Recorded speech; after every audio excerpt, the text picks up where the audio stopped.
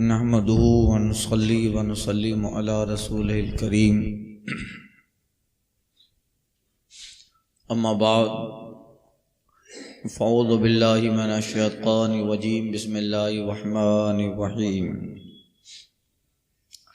وجاوزنا ببنی اسرائیل البحر فاتبعهم فرعون وجنوده بغيا وعدوا حتى إذا أدركه الغرق قال آمنت أنه لا إله إلا الذي آمنت به بنو إسرائيل وأنا من المسلمين الآن وقد عصيت قبل وكنت من المفسدين صدق اللہ المولانا العظیم۔ ہم بنی اسرائیل کو دریا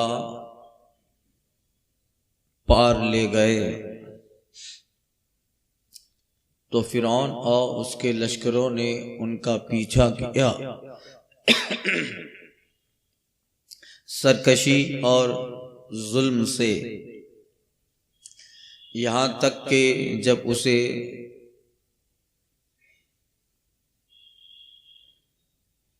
ڈوبنے نے آ لیا، غرق نے آ لیا، بولا میں ایمان لایا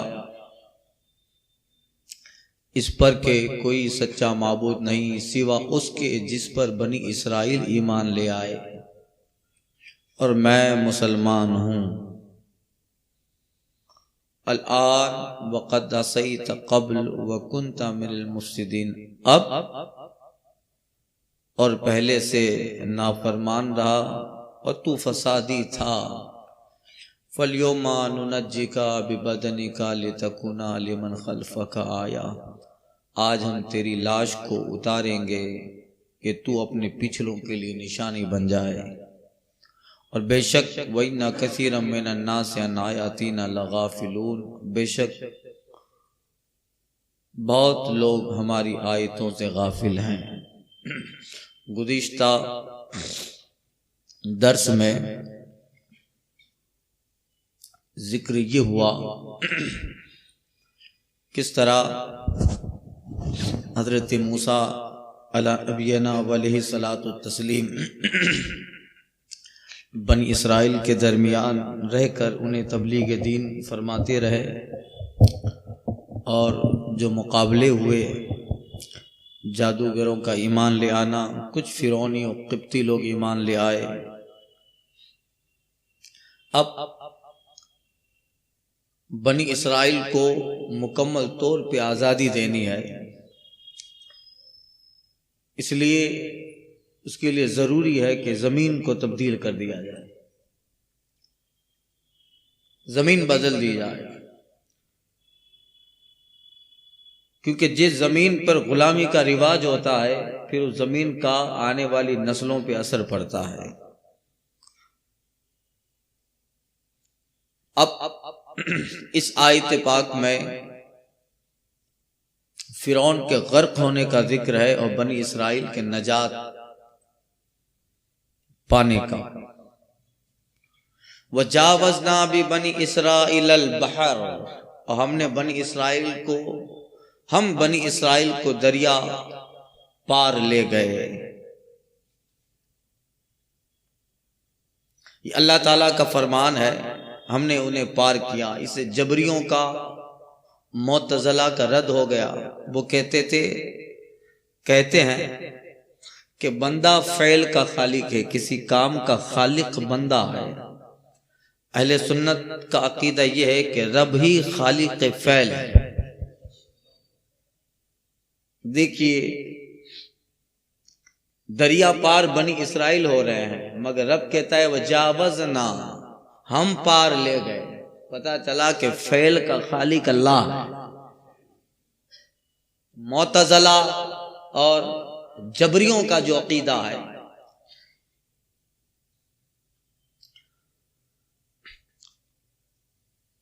وہ بنی اسرائیل جو حضرت موسیٰ علیہ السلام کے ساتھ مصر سے نکل کر یروشلم جا رہے ہیں، مقام تیہ میں جا رہے ہیں، میدان تیہ میں، تقریباً روایتوں میں آتا ہے کہ بچے، عورتوں اور بوڑھوں کے ساتھ ان کی تعداد 6 لاکھ تھی۔ 6 لاکھ لوگ ہیں بنی اسرائیل، اور ابن کثیر نے بھی یہی لکھا ہے۔ اور دریا جس کا یہاں ذکر ہے اس سے مراد بحر قلزم ہے، جس کو بحر سویس بھی کہا جاتا ہے۔ بحر قلزم بہت بڑا دریا ہے اور اس میں جہاز بھی چلتے ہیں، اسی وجہ سے بعض لوگوں نے اس کو سمندر بھی لکھا ہے۔ اس کی چوڑائی اس مقام سے تقریباً 2 میل تھی، اور یہ دریا بہت بڑا دریا جہاں پر فرعون کے غرق ہونے کا واقعہ ہوا۔ اب واقعہ یہ ہوا 3 دن پہلے حضرت موسیٰ علیہ السلام کو حکم ملتا ہے کہ بنی اسرائیل کو مصر سے نکال کر مقام تیہ کی طرف لے جاؤ۔ حضرت موسیٰ علیہ السلام حکم پاتے ہی اپنے بھائی حضرت ہارون علیہ السلام کے ذریعہ تمام بنی اسرائیل کو پیغام دے دیتے ہیں کہ فلاں تاریخ کو ہمیں مصر سے نکل جانا ہے۔ ابھی زمین پر جب تک رہیں گے تو پھر غلامی کی عادت پڑی ہے۔ شاہین کو بتایا جائے کہ اس کا مقام کہاں ہے۔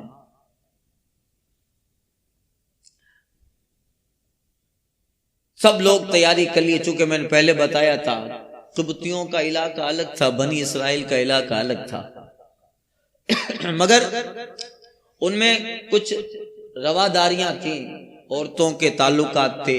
ہوتا یہ تھا کہ قبطیوں میں اگر کوئی بچہ نہیں ہوتا تھا تو وہ بنی اسرائیل کے کسی بچے کو گود لیا گیا، یہ ان میں سب چلتا تھا۔ اور چونکہ بنی اسرائیل غلام تھے، نوکر تھے ان قبطیوں کے، تو بنی اسرائیل کی عورتیں کبھی شادی بیاہ کے موقع ہوتے تھے تو ان عورتوں سے زیورات اور سونا بھی کچھ دیر کے لیے مانگا کرتی تھی کہ یہاں جانا ہے وہاں جانا ہے۔ تو یہ عورتوں اور ان کے آپس میں یہ ساری چیزیں ہوا کرتی تھی۔ حکم ملا، حضرت ہارون علیہ السلام کے ذریعہ بتا دیا گیا کب نکلنا ہے مصر سے، کہاں جانا ہے۔ حضرت موسیٰ علیہ السلام پر اللہ تعالیٰ کی وحی ہوئی اور یہ سارا لوکیشن بتایا۔ اب ہجرت کرنے کا وقت آ گیا ہے۔ کبھی بھی نبی کفرستان سے مشکل وقت میں ہجرت نہیں کرتا ہے کہ ڈر کر چلا جائے۔ معاذ اللہ، وہابیوں نے رسول اللہ صلی اللہ علیہ وسلم کی ہجرت کو بھی بھاگنے کے لفظ سے تعبیر کیا ہے، اور بھی بہت سارے باطلوں نے۔ نبی کبھی بھی کفر کی زمین پر ڈر کر ہجرت نہیں کرتا۔ جب حالات بہت خراب ہوتے تو مقابلہ کرتا ہے، اور جب حالات شانت ہو جاتے تب ہجرت کا حکم ملتا ہے، تب وہ ہوتا ہے۔ دیکھیے حالات تو بہت خطرناک تھے، مگر حضرت موسیٰ وہی ہیں۔ اب جبکہ اپنا ایک پاور اور بنی اسرائیل کی اتنی بڑی تعداد ہو گئی، اتنے لوگ ایمان لے آئے، اب تو رہنا چاہیے، مگر اب ہجرت کرنا۔ جب زمین ہم اپنے جو ہے مطابق ہموار ہو گئی ہے، حضرت موسیٰ علیہ السلام کا یہ پیغام جانا تھا، تو بنی اسرائیل چونکہ اتنے امیر نہ تھے اور فرعونیوں اور قبطیوں کے خادم تھے، کچھ عورتیں جو بھی لین دین تھا وہ سب ختم کیا، اور کوئی بھی بہانہ بنا لیا کہ ہمیں فلاں جگہ جانا ہے، کچھ چیزیں رکھی تھی یا لینا تھا وہ سب لے لیا، اور لے کر ایک دن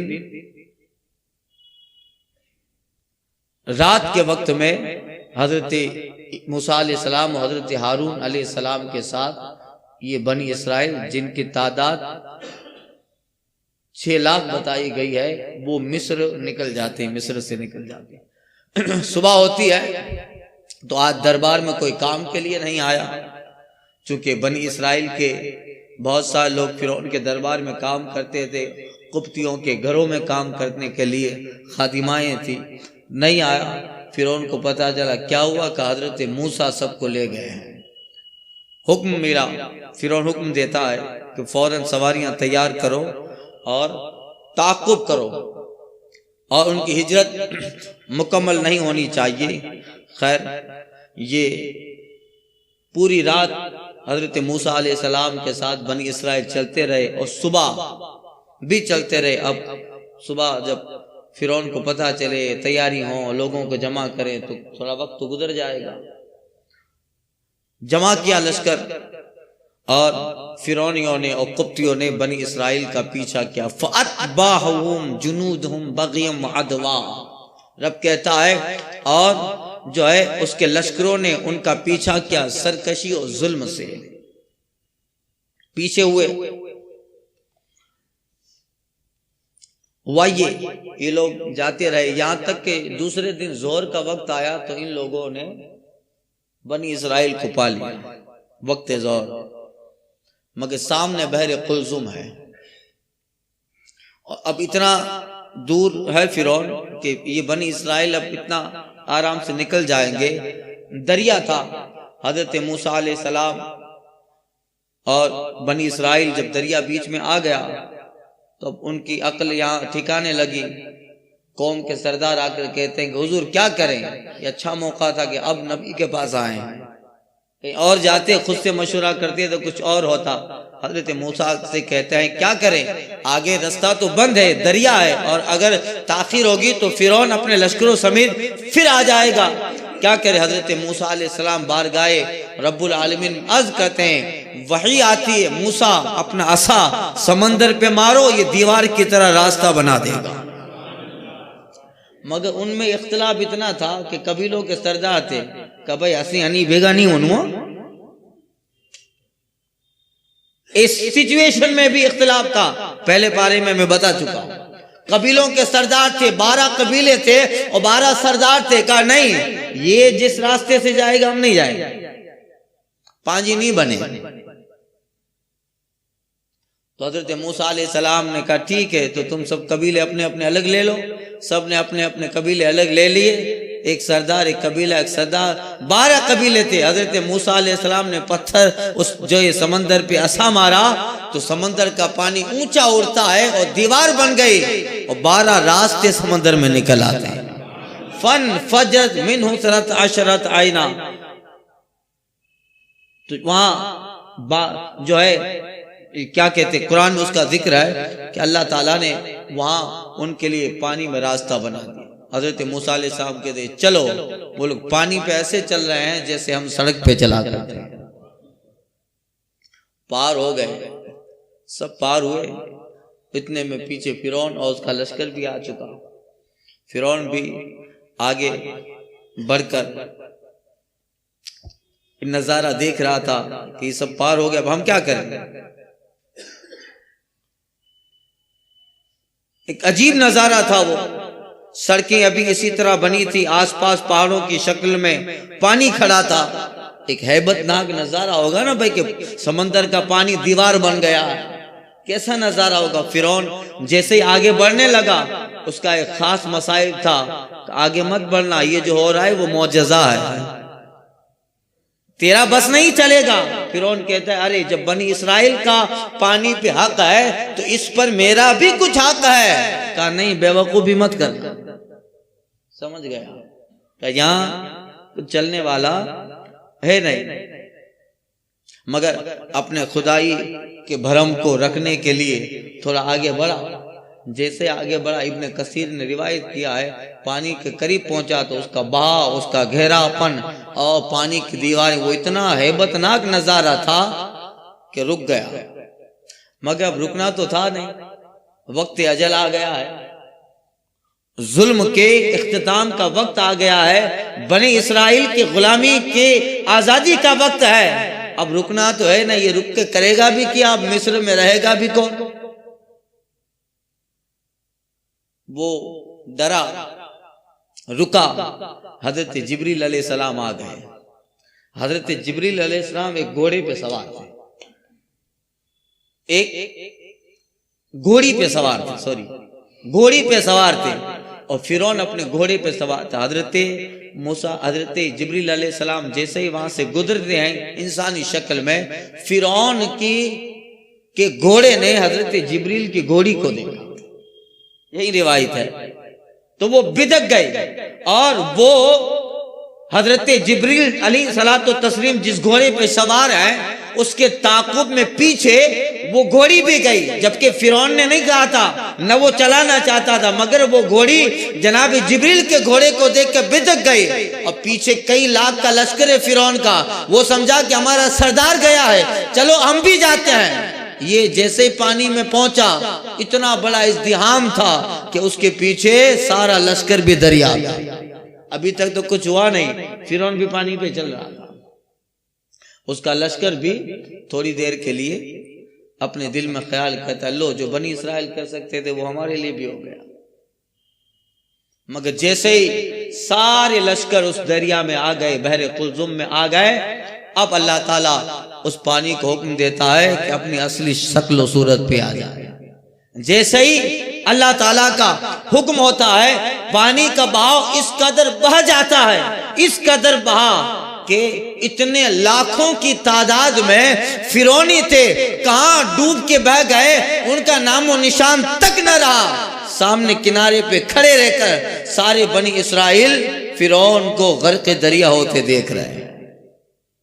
ان کے دل میں کیا اس وقت کیفیت ہوگی، زندگی جن کے باپ داداؤں نے جس کی غلامی اور جس کے پنجے ظلم کے نیچے گزارا ہو، اس جابر بادشاہ کو جب قتل ہوتے اور غرق ہوتے دیکھ رہا ہو تو پھر اندر سے جو ان کی کیفیت ہوگی، ان کو سیٹسفیکشن جو حاصل ہوا ہوگا، وہ ڈوب رہا. حتیٰ قرآن کہتا ہے، اللہ فرماتا حتیٰ اذا ادرکہ الغرق، جب اسے ڈوبنے نے آ لیا، جب غرق ہونے لگا، قال اب کہتا ہے آمنت انہ لا الہ الا الذی آمنت بہ بنو اسرائیل، کوئی سچا معبود نہیں مگر وہ جس پہ بنی اسرائیل ایمان لائے، یعنی اللہ رب موسیٰ رب ہارون. اب یہ ایمان کا کلمہ کہہ رہا ہے. اب اس وقت روایتوں میں آیا ہے کہ جو ہے جیسے ہی وہ یہ جملہ کہتا ہے حضرت جبریل علیہ السلام وہاں گئے اور حضرت جبریل کہہ رہے الآن، ارے ابھی ایمان لا رہے الآن، اب اتنے سال تک. اب فرعون یہ سمجھتا تھا کہ عذاب آتا تھا ٹل جاتا تھا، مینڈک کا عذاب آیا، خون کا عذاب آیا، اللہ نے ذلت بھی تو بہت دی تھی، وہ میں پہلے بار عرض کر چکا کس طرح کے عذاب آئے.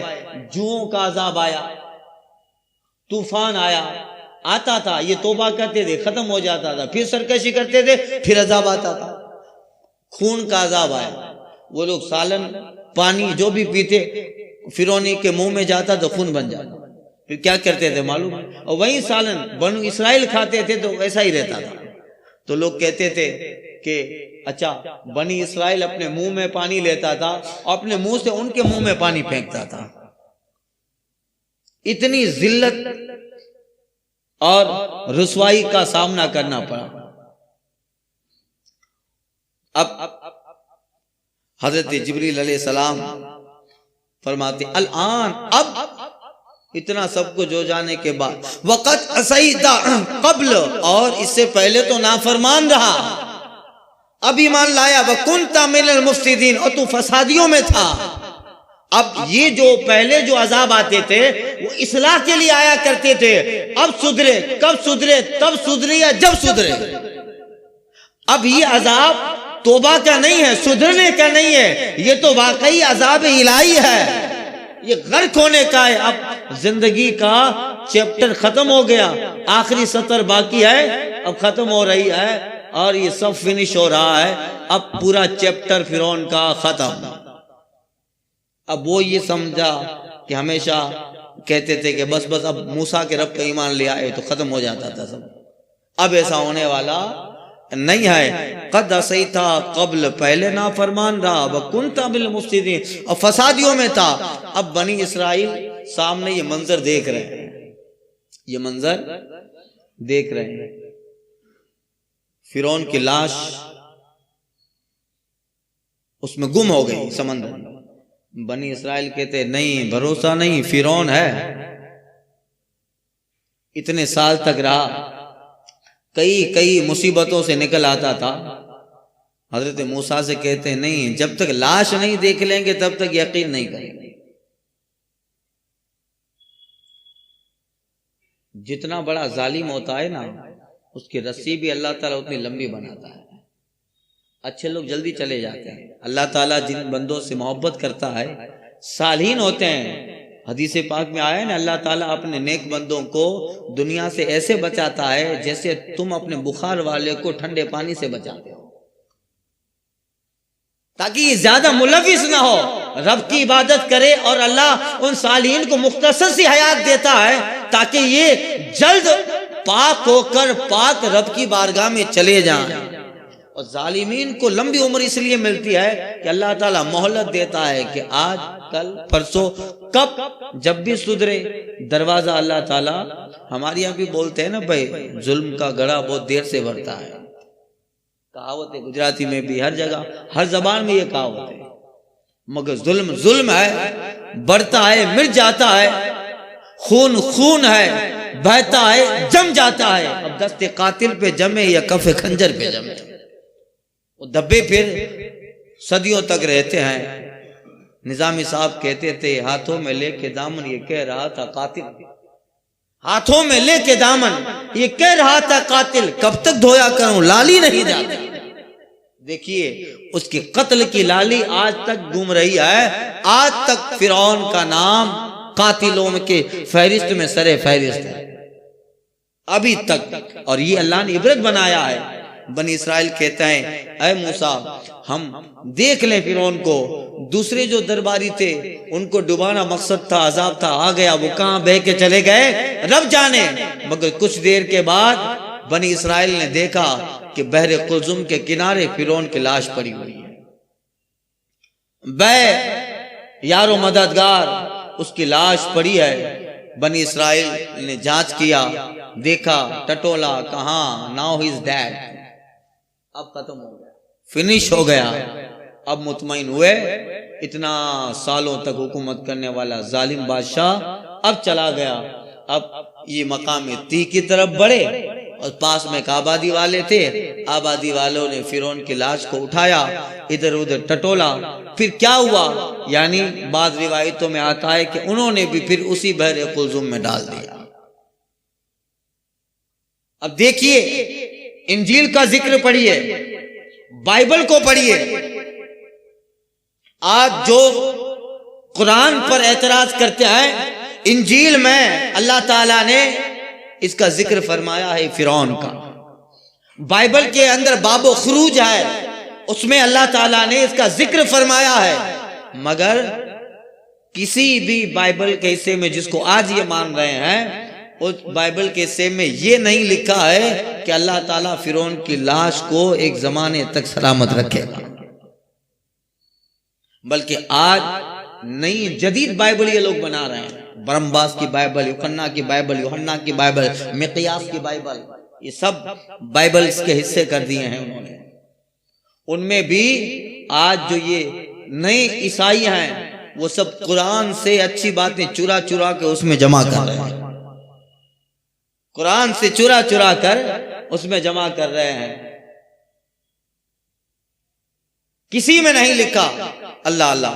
دیکھیے ابھی اتنا وقت نہیں گزرا، فرعون کی لاش کو جب دریافت کیا گیا، ڈسکورڈ کیا، اللہ کیا فرماتا ہے؟ فَالْيَوْمَ نُنَجِّيكَ بِبَدَنِكَ۔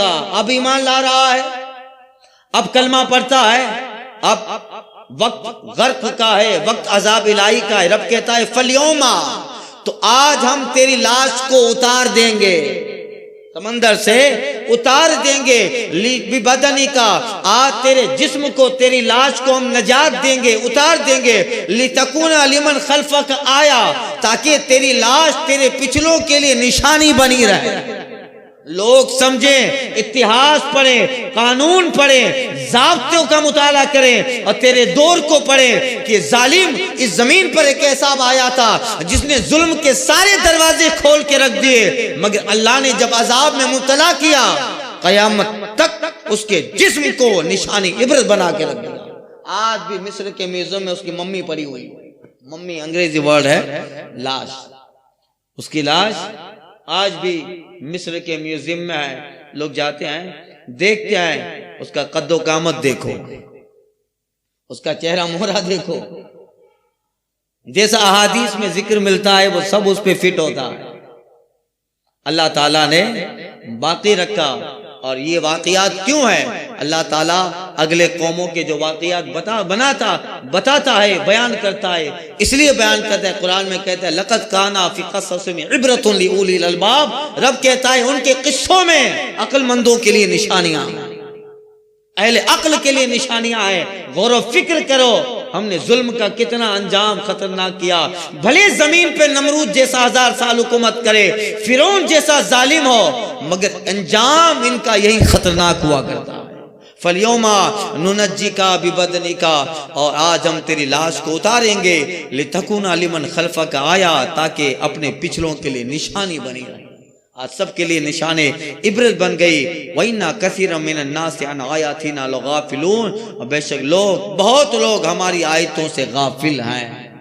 یہ اللہ کی آیتیں ہیں، یہ واقعات نشان عبرت ہیں، اور انہیں یاد کرو، پڑھو، اور حق معرفت ربی وہ بھی سمجھو، اور یہ بھی سمجھو کہ انسان کی بقا صرف اور صرف اللہ کی بارگاہ اور اس کا بندہ ہونے میں ہے۔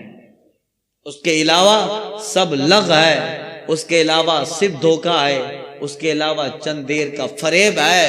تو اس کا فرعون کا ذکر آج بھی، صدیاں بیت گئی، کتنے ہزار سال ہو گئے، آج اس کا ذکر لعنت کے ساتھ، مگر دیکھو تو جگہ جگہ حضرت موسیٰ کا ذکر ملے گا۔ وَكَلَّمَ اللَّهُ مُوسَىٰ تَكْلِيمًا، اللہ تعالیٰ موسیٰ سے کلام کر رہا ہے، اللہ تعالیٰ موسیٰ کو بینات دے رہا ہے، اللہ تعالیٰ موسیٰ علیہ السلام کو معجزات عطا کر رہا ہے۔